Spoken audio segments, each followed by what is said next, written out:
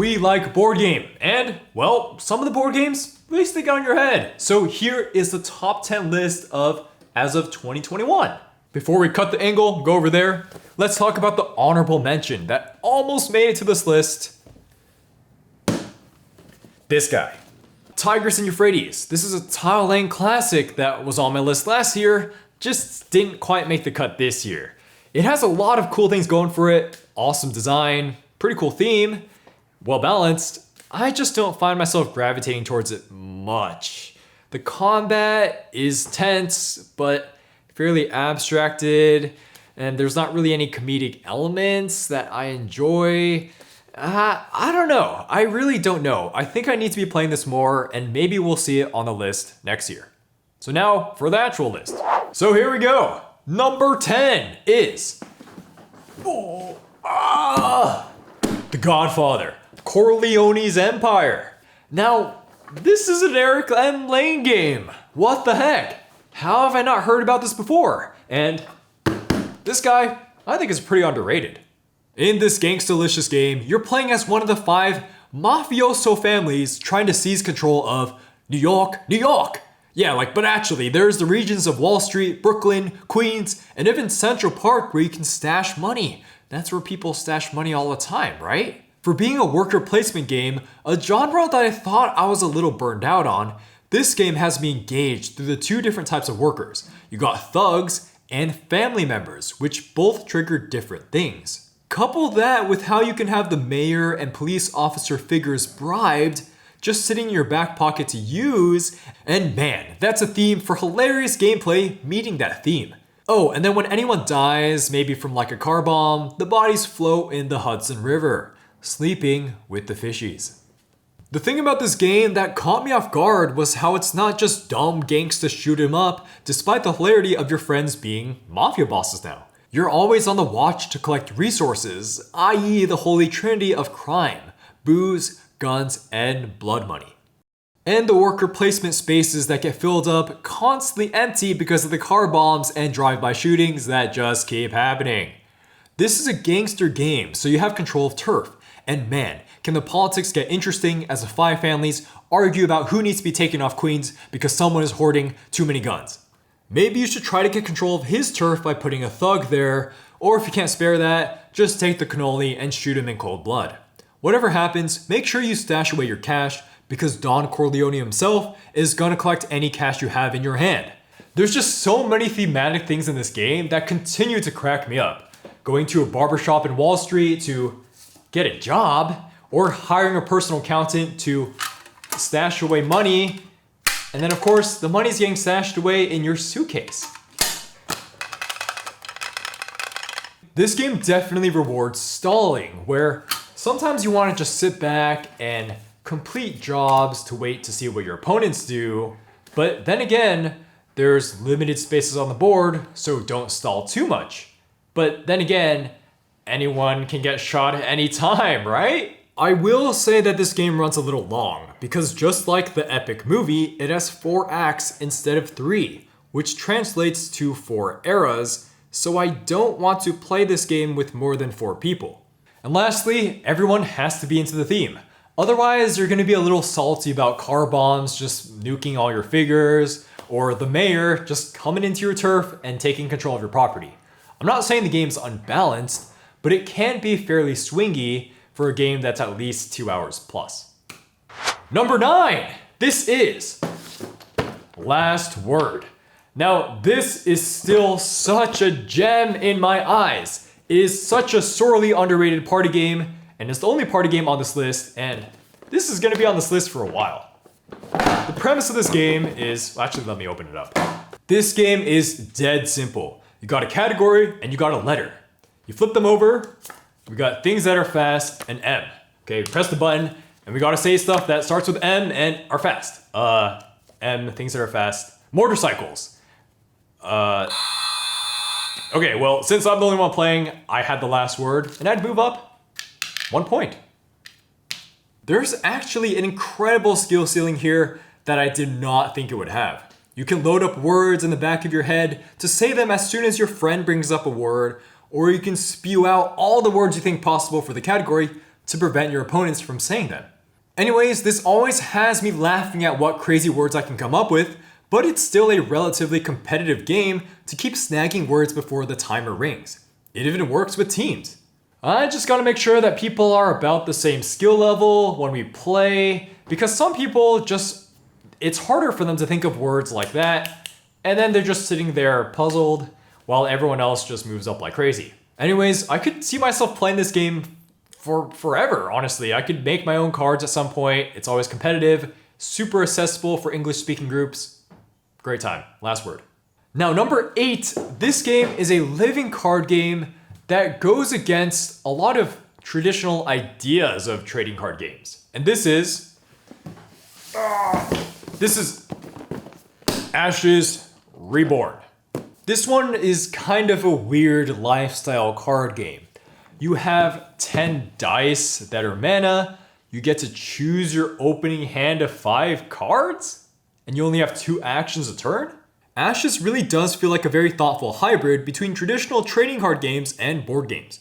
You build your deck before, everyone has a Phoenix board that just looks and feels a lot like a Planeswalker for Magic the Gathering, and then you try to knock down their dude to 0 health. And these rounds are made up of turns where you only have 2 actions. Oftentimes the best play is to pass, which sounds just straight whack from a normal trading card game viewpoint. Truth be told, I was unimpressed by this game at first. Okay, the gameplay feels too restrictive, or spawning units feels too grindy with the summoning cards. But on that second play, it really started to hit me. I need to stop treating this like Yu-Gi-Oh or Magic the Gathering, where card advantage or playing on tempo is more important. And I should be thinking outside the box with this turn system. Don't focus on the late game or getting a crazy top deck combo, just ponder the mana possibilities and outwhittle your opponent. Ash's just feels consistent in how much fun I'll have. It's always a fun brain teaser as I manage my guaranteed 10 mana, and you're never gonna get screwed by a top deck or a bad hand with the plenty of luck mitigation in the game. There's just so many things I want to try out in this game. Every game I'm thinking about new hands of cards to start with based off my opponent, I'm discarding cards differently, pacing my mana better. This game just rewards good planning and skill level so well. I have never had a bad game of this, aside from with the garbage pre-constructed Noah deck. That's bad. Anyways, every time I want a competitive 2-player game, this is my go-to. Now for number 7, last year when I wanted dudes on a map fighting with a ton of players, like 4 to 5 players, I would pick Chaos in the Old World. That was number 10 last year. But that game had some problems. It ran too long for my liking, it was kind of hard to teach because of all the asymmetry and little cards, and the board states were a mess to keep track of because of all the little fiddly cardboard bits. So this year, what took that place was Blood Rage, and this is coming in at number 7. Even though it doesn't have the same initial asymmetry or it doesn't have the same combat system, Blood Rage really fills in that gap that Chaos has left. Blood Rage is all about getting the most glory as a Viking clan, and that can be from killing others, getting killed, or dominating regions. Do it quick, before the land falls into ruin as the map gets smaller and smaller. Again, there's no initial asymmetry, but the game provides flavor for each Viking clan through these cards you'll be playing throughout the game. You play cards, you get upgrades, or look at that, you get to spawn this big old troll on the board. And to get all these cards, well, that's one of the most interesting parts. The card drafting, where you draft your hand of cards for each of the 3 eras. The combat is just so clean whenever it happens though to not bog down games. You're playing 1 card from your hand face down to fight your opponent, but remember how you were drafting cards? You might have an idea of how strong your opponent's cards are. Yep, that's a lot of fun mind games you can do with such a simple system. Anyways, the theme is implemented very well throughout. There's Viking ships, Nordic monsters, and of course when you die, you go to Valhalla! It's really the whole I live, I die, I live again, glory in Valhalla, man. I live again! The different strategies from the quests and upgrades lead to a lot of fun mind games when it comes to the fighting. Sometimes you just want to kill off all your own dudes to meet your quest requirement, but sometimes you actually want to win to get the points for fighting, or to prevent someone else from dominating a region. And the most fun of all, you probably want to win that center fight, Yggdrasil, where there can be unlimited amounts of dudes, and if you pillage it, you get not just one thing, but 3. Blood Rage has a lot of depth with these cards you're drafting. There's ways to block off people from certain combos, ways to get cool synergies on your own, but at the end of the day, it's always just one card for things. All the monsters, your warrior upgrades, even fighting cards, even quests, it's all just one card, which has made games feel rather simple to learn. And teaching this, always pretty easy. Number 6, we talk about a lot of newer, innovative games on the channel, maybe something a little more heavy too, but sometimes those games you start with, that start it all, just stick with you. And that is going to be Dominion. Yep, this 30-minute deck builder has continued to stay at the top of my radar as pure, unadulterated, card grabbing, and shuffling fun. You're a medieval landlord just amassing the most prestige through buying land. And to do that, you're building up your kingdom by buying cards every turn. Some of those cards are actions which let you do more things, like drawing cards to draw money to buy more. Whoever has the most of these green land cards wins the game. The complete package is just a smooth flow of medieval zaniness that works so well with the card grabbing and shuffling. There's witches dropping curses onto other people's kingdoms, and just look at this dude for the festival, like, is that an elf? Who cares? But it does feel great to play him to get +2 actions to play even more cards from your hand. It's just very fun for me to draw hand after hand of cards, just seeing how my engine performs, with a decent amount of randomness that I actually enjoy. It's incredibly addictive, is simple enough for plenty of banter between turns, and just overall a nice medieval playground for me to ramp around in. It is a lot of shuffling, but the fact is, I don't get to play a lot of 30-minute board games that also give me tons of card game vibes. And this can play up to 4 with so much variability that I'm itching to build those kingdoms again and again. Now, of course, I'm saying this with my first edition base box of Dominion, but I have played expansions to get this to number 6 on my list. Look, I even have my friend's Prosperity rulebook somehow in here. So there you go, I have played with expansions. Number 5. This is the hardest rulebook I've ever had to read. This is the one and only War of the Ring. There's so much persistent praise around this game, I just had to roll up my sleeves and get to work, and learning the game was definitely worth it. You got the free people fighting against the shadow, just struggling to hang on to defend humanity, while Frodo moves slowly towards Mount Doom. Of course, with his pal, Samwise Gamgee. Frodo! Every combat to defend or conquer Middle-earth is a nail-biter, as you play cards from your hand, then roll dice, and see the hordes and armies of Middle-earth melt away. Man, this is a game where theme meets gameplay amazingly. The hordes of Sauron and the Uruk-hai of Saruman just keep spawning again and again, the armies of the free people are whittling down, and everyone's eyes are on Frodo to see if he can close out the game. And they threw in the whole squad here. There's an entire fellowship that can split up and run amok the map. Oh my god, that is so hard to manage. But also references to the other characters in the cards, like Faramir, Wormtongue, and Eomer. And if you don't know much about Lord of the Rings, I'm speaking gibberish to you right now. At first, when I played this game, I did not care about winning or losing at all. I was just so delighted to be with Middle-earth and moving armies around and triggering all these character abilities. But over time, eventually, it got to me, I need to start treating this more seriously. And when I started going in with more of a competitive mindset, I started to respect this game even more. Every single card in your hand is double-sided, where your military campaigns, fellowship movement, and recruitment all need to be refreshed to squeeze out the best from the cards. But perhaps the best is adapting to your opponent. It really does feel like every move has a counter move. But again, you don't really know for sure what's the best because you don't know what's in their hand, right? Let's say he moves troops that way. Well, then maybe I want to respond by moving politics up. Or maybe he moves all the Nazgul, because you can do that in this game, over here. So maybe I want to muster in Gondor. But what if he just goes for Rohan instead now?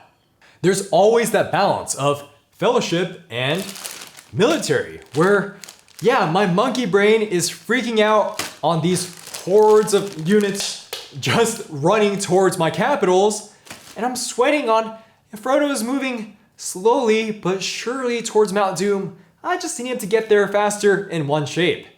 Yeah, as you can tell, I'm mostly a Free People's player, but both sides are awesome to play for me. But the theme meaning gameplay essentially perfectly has a dirty side to it, where even though you draw different cards, for the theme to really come through, the board setup is always the same. Or how the entirety of Middle-earth to manage can be insanely intense for my brain. And so, every single time after I finish, I think it was awesome, but the epicness also just knocks me down a bit. For how much I love this game, I physically cannot play it more than once a weekend. Now, this fatigue sounds strange for something I'm ranking at number 5, but this box? This right here has delivered on so much that the Tolkien fanboy in me can't just help and get delighted every time I look at the components and hear the words, or the ring. Frodo. Number 4, Sid Meier's Civilization, the video game, left a very strong impression on how cool turn-based games could be when I was young. And so, when I was blessed with the chance to learn this with a friend back in high school, I just jumped on it. I could play Civ in person and finish it within a night, and I liked it. And, well, then I bought all the expansions. Just like Civilization on PC, you're raising a civilization and trying to win in one of multiple ways. And here, it's 4. Military, technological, cultural, and economic. Everyone has cities they take actions with, and exploring the map with armies they're raising. You can research technology at the end of every turn, and these cards give you all sorts of wonderful abilities, like unlocking buildings you can get at your cities, or of course upgrading your military units. See, the more board games I play, the more respect I have for this 2010 design. The 4 different victory conditions make each game so dynamic. It's like there's multiple clocks on the game, but there's always that threat of military victory to throw a wrench in anything. See, if someone takes your capital, the game just instantly ends and they win. So you're constantly struggling between committing to buying troops or just doing the economic and cultural thing for other bonuses. But you can't turtle indefinitely. Technology gets insane late game. With nukes and airplanes, there's spies and teleportation abilities. Who the hell knows who's gonna win at any given time? The component overhead feels archaic, the learning process rough. But I'm so wrapped up with the civilization progression that I don't seem to mind these faults at all. Kevin Wilson's Civilization is that true 4X for me that I keep comparing all other long 3 to 4 player games to. It just checks off these boxes of the awesome theme, the great progression, and the constant interaction. Upgrading your cities, or grabbing new technology, or just expanding your army are all things you have to balance in this game to win, and that's so satisfying. Number 3. Now I say I don't really like co-op games that much, but this is a huge exception. Mansions of Madness 2nd Edition. You're part of a team of investigators exploring a haunted house, but with its app integration, Mansions actually has a very fun mystery, plenty of NPCs with dialogue trees, and essentially no setup required. The app handles all the heavy lifting with bookkeeping and flavor text, so every single scenario feels very different with how you approach the map layouts, and then you're given different items to do so with. There's almost always those epic finales that just make sense based off what you've been doing, making me always feel like I'm part of a legit narrative while playing. I'm just so wrapped up in the vibe of Mansions with that awesome app that I just love working together. And then, the major twist, there is this insanity mechanic where if you take too much mental damage, you go insane and are given a new win condition that can be really spicy, like someone just wanting to set fires to the entire board now. What type of co-op game has that, right? That's awesome. Whether it's running away from a crazy mob or talking about the NPC motivations, this game just completely sucks me into Lovecraft. And as a semi-retired DM for Call of Cthulhu, this game just saves me from so much work. What also sets this apart from other mystery games is that the mysteries never feel too far-fetched or the gameplay too punishing to prevent a casual group from having fun, but there's still mechanics in the game. Like fighting is still a key part of the game, and if you want to, you could probably get away with mowing down some monsters with the Tommy gun. In not being pure deduction or just pure violence and fighting, this seems to be the perfect balance for me. This is the #1 longer game I'm going to introduce to friends who are new to board gaming. I barely even have to explain many rules because the turn structure is just so simple, 2 actions. And we're working together, so I can just explain the game as we play. And the setup is just 1 tile, kind of like this. Number 2 on the list is Brass Birmingham. Yep, this is one of those economic games that just blew me away. Right, these games don't have quite enough interaction. You're just counting these tile points at the end of the day. This is too brain burny, but I'm super glad I committed to this because it's so fun. It's so awesome. You get to play as a British entrepreneur in the industrial age, trying to expand your young business for points as you put down tiles and raise resources into the game, like coal, iron, and beer. Throughout the game, you're playing cards to do actions, and then you're flipping these tiles to get income boosts and points. Oh, and then you're also connecting everything so you can sell, and build. This game just feels so different in how connected everything feels. I do one action, like playing an iron, and that introduces iron to the board. And anyone can use those resources to build stuff. Or if someone connects cities with links, well, anyone can use that link to sell to a merchant, which you need to do to score points from tiles. You really cannot do everything yourself to play efficiently. So Brass Birmingham encourages you to keep piggybacking off another for your own self-interest, just kind of how like a real business would be. Now when we look at this board, it's beautiful, but at a glance it seems pretty brain burny. But I've never felt that burn while playing because how all the cards are very simple. They're just a city or a type of industry you can build, and the components on the board feel so well defined that no information is ever muddied. I don't have to look at other people's player boards because what they're building towards is explained through on the map already.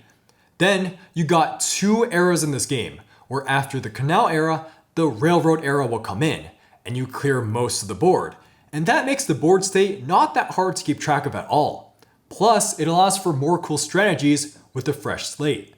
You're not fighting in this game or trying to bargain for deals, but there's a lot of positive interaction that always happens. And I really underestimated how good that feels when you're not playing co-op. Combine that with the visual design, this deck running out quickly, the feeling of building more and more of these industries, the 2 eras, and this game just feels like pure class to me. For its 2 to 3 hour runtime, I am energized by this game after playing, and I just want to play it again. Brass Birmingham. And now, the #1, and fans of this channel may have deduced by now, is TI4. As I get older, I can feel the draw away from these longer epic games. I just got more games to play in general, and more stuff to do. But, for all these hiccups, whenever anyone asks me, what is your favorite game? I say, well, it is this space game called Twilight Imperium 4, where you're playing as this space civilization, try to control the galaxy, amassing fleets of dreadnoughts, cruisers, and these things called war suns, which are like Death Stars, and then you're voting on politics that can change the rules of the game. Oh, and then there's also this center space called Mechanical Rex, where everyone's just launching ships and chipsat to try to get control of it. That's TI4. And by the way, I'm only playing this with 6 people. 6 people. So yes, despite the 5 to 6 hour time length, TI4 just continues to stick in my head because of the epic scale with a clean command token mechanic. There are a lot of components, and fleets can get very fiddly to manage, gosh, all these little fighters, right? But every turn is just one single action, that's it. You can get more technology, pursue politics, or just make some crazy fun aggressive move to swoop into your friend's territory and take their planets. This just intersects into gameplay where people are cutting deals for political favors or just for planet posturing, with many people's eyes on the prize of Mechtel Rex as the victory points just keep stacking. When I play something with my friends in person, it's important that we're talking and interacting, yet TI4 layers this very deep game slightly beneath the politics. You can't win by doing purely politics, and you can't win by purely just out-efficiencying your opponent. You gotta do both. And that's what makes the skill curve of TI4 so entertaining, where you're forced to tackle the game at all these different deep levels, which is why I always think this space opera is worth a time investment. So then the question is, well, what did you think about this guy, Prophecy of Kings? And I've only played this once, but from that one playthrough, I do think that the leaders and the mechs introduced just push that faction asymmetry over the top to make it a little too much for me. In general, Prophecy of Kings just has more things to keep track of. And so while TI4 is my #1 game, that is with only this base box. With Prophecy of Kings, it still makes this top 10. But yeah, it's not #1. You gotta do a lot to make my #1. I also do suspect that the faction I was playing, these guys, these Gene Sorcerers, are not really my cup of tea, so when I do return to Prophecy of Kings, I'm gonna be playing my beloved, but everyone else hates it, Mentak, the Space Pirates. And okay, fine, okay, if everyone else hates that faction too much, I'll play as the Space Plants, the Arbrick. Well, that is the game list. These are all the games. See them all over here. Okay, it's really hard to see from your angle, so I'll put a text list over here. Yes, there are a lot of big games here, and this seems to be the case because these bigger games just allow you to delve in deeper with mechanics and delve in deeper into those grand moments that just leave you thinking about them weeks and weeks later. It's really those things that I've spent more time on that give me a better payout. Oh, and then of course, who I'm playing with matters a lot. So playing a #5 game or #6 game like Dominion means a lot more to me with a bunch of great buddies than playing TI4 with a sour group. That's just the way board games are for me. So let me know what games were wild to you. Remember to like and subscribe for more content. Thank you to our patrons for making videos like this possible. We got Manuel G, Brian C, Clifford H, Aaron W, Max B, Bora, Jeremy MC, Charlie P, Quinton S, Sam S, Travis R, Alba Y, Bombs K, Ryan T, Trevor Brem, Matt G, Peter C, Spirit 71, Ryan J, Brad G, Tiamo, Period, Mark A, James M, Evan B, Charles B Jr., Josh J, Basketball, Rado, Sophie, Ryan Z, Colin Allen, Hudson T, Pearson B, Omar F, MY, Ethan P, Bradley J, John C, Galvin V, and Angel Collector. We also got 2 Mana to Cardboard. We got ZL and Jeff L. We also got that guy there. And we also got 1 Mad Lady of Cardboard, Amy. Thank you guys so much. If you want to check out our Patreon, we got a link in the description below. And also, almost all these games are on our purchase link area thing below if you want to check it out. We get a kickback. Anyways, see you guys later. Let me know what games you want to see. The Brass Birmingham review will be coming very soon. Bye-bye.